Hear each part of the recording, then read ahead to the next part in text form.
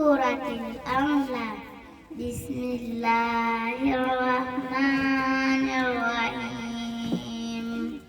سبح اسم ربك الأعلى الذي خلق فسوى والذي قدر فهدى والذي أخرج المرعى فجعله غثاء أحوى سنقرئك فلا تنسى إلا ما شاء الله إنه يعلم الجهر وما يخفى ونيسرك لليسرى فذكر إن نفعت الذكرى سيذكر من يخشى ويتجنبها الأشقى الذي يصلى النار الكبرى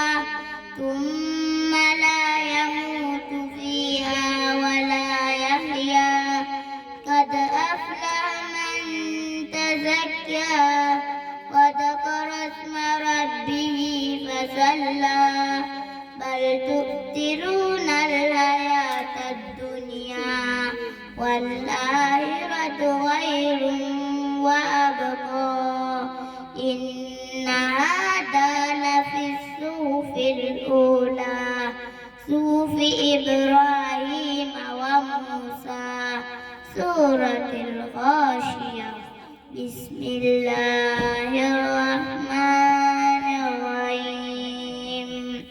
هل أتاك حديث الغاشية وجوه يومئذ غاشية عاملة ناصبة تصلى نارا حامية تسقى من عين آنية ليس لهم طعام إلا من ضريع لا يسمن ولا يغني من جوع وجوه يومئذ ناعمة لسعيها راضية في جنة عالية لا تسمع فيها لاغية فيها عين جارية فيها سرر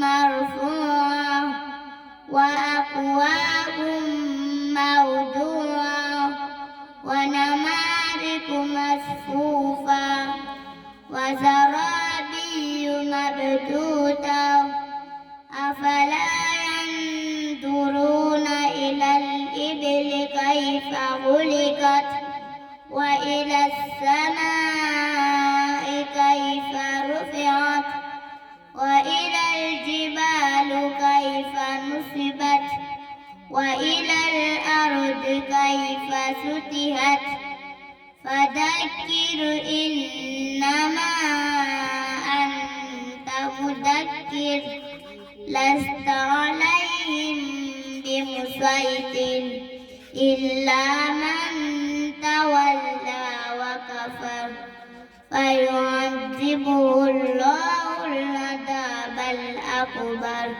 إن إلينا إيابهم ثم إن علينا حسابهم صدق الله العظيم.